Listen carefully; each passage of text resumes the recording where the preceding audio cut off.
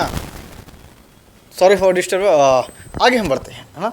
हम लोग पढ़ रहे थे दोस्तों, क्या क्या हमें चाहिए था, है ना सर। हमें maintain law and order, loyalty चाहिए, रेंट फ्री चाहिए, मैनुअल एट्रीब्यूट, मेंटेन आर्मी चाहिए, हमको रेंट फ्री चाहिए, एनुअल एट्रीब्यूट, हेरिडेटरी और नॉन ट्रांसफरेबल प्रॉपर्टी हमको चाहिए।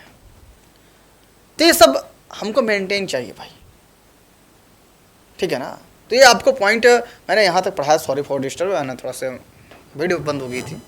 आगे हम बढ़ते हैं नेक्स्ट पेज में। जो 11 नंबर जो पेज लिखा हुआ है दोस्तों, पहला लिखा हुआ पुराना, नहीं दिख रहा है, सॉरी, बोर्ड बड़ा दिख रहा है।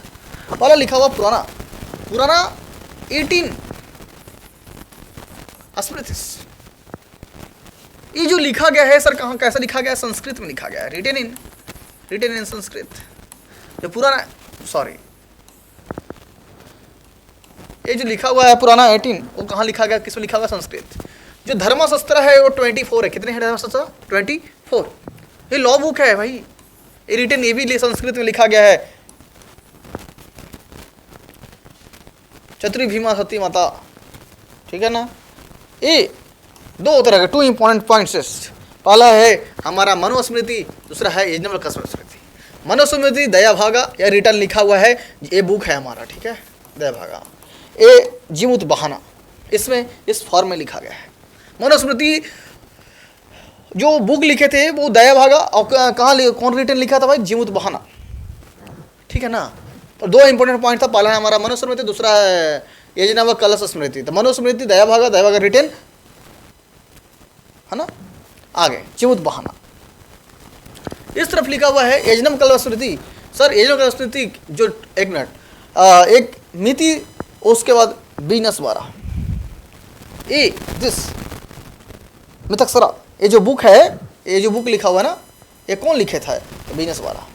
ये तो हमारा 2 थे, है ना। टोटल धर्मशास्त्र कितने थे? 24, जिसमें से हमने 2 पढ़ा, बट बाकी जो लेफ्ट है जो 22, वो अर्ली मेडिवल में हमको पढ़नी है, मतलब उतना इंपॉर्टेंट नहीं होगा इसलिए, ठीक है। आगे हम बढ़ते हैं दोस्तों।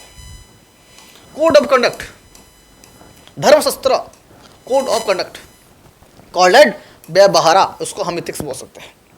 तुम्हारा व्यवहार कैसा है ना। धर्मशास्त्र 24, code of conduct called as व्यवहारा, इथिक्स, है ना। पहला हमारा है सब्जेक्ट, जो एफडी को फॉलो करेगा, बट हमारा directive principle of state policy है नेवर लीगली बाइंडेड, जबकि यहाँ लीगली बाइंडेड होता है।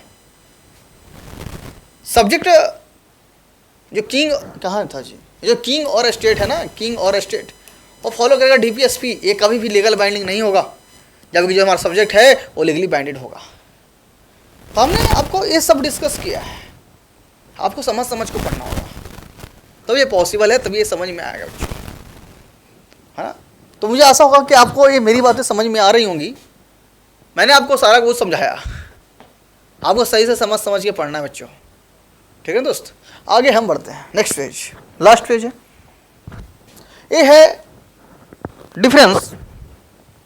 डिफरेंस आपको समझना है।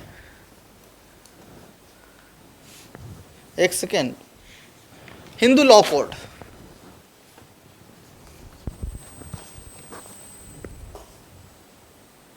हिंदू लॉ कोड 2 भाग, दयाभागा और मितक्षरा, है ना। दयाभागा, मितक्षरा।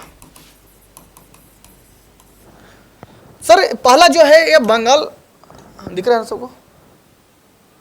नहीं दिख रहा, एक सेकेंड। दयाभागा में हमको बंगाल एक इसको फॉलो करता है, तो फॉलो बाय पायलट डेंसिटी, जबकि यहाँ सर बंगाल को छोड़कर बाकी सब मितक्षरा में फॉलो करेंगे। सेकंड है इसमें son is not the until owner until father is alive, but यहाँ पे फादर, सन और ग्रैंड सन, इसमें 3 जनरेशन फॉर्म करते हैं, जबकि यहाँ ऐसा नहीं है। यहाँ बेटा भी, उसके भी बेटा और उसके भी बेटा, इसमें 3 जनरेशन, जैसे हमारे दादाजी है, हमारे पिताजी और हम 3 जनरेशन फॉलो करेंगे, बट यहाँ पे ऐसा नहीं है। जबकि इसमें सर जो है वाइफ को share in household property, wife share कर सकती है हाउसहोल्ड प्रॉपर्टी का, वाइफ इज गार्जियन, इसमें क्या है? वाइफ गार्जियन है।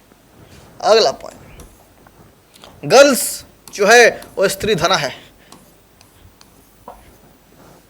डीओपी अलाउ न्यूक्लियर फैमिली, इसमें न्यूक्लियर फैमिली होते हैं, जबकि इसमें जॉइंट फैमिली होते हैं।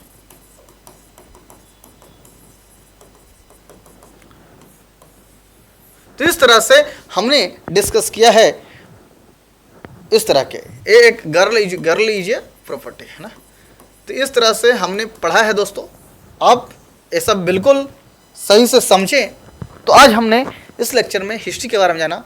मिलेंगे हम नेक्स्ट क्लास में कुछ और से नए सब्जेक्ट को लेकर, है ना। तो सारे बच्चे मेरे जितने भी, अगर कुछ भी तुम्हें समझ में आया होगा, चाहे आपको कुछ भी समझ में आया होगा, तो प्लीज़ आप इस चैनल को सब्सक्राइब करें, शेयर करें, है ना। और ऑफलाइन सेंटर आप जहानाबाद में आप मिल सकते हो, निचली रोड प्रवीण केमिस्ट्री कैंपस, या आप लास्ट टाइम में आकर मिल सकते हो। धन्यवाद। चलिए।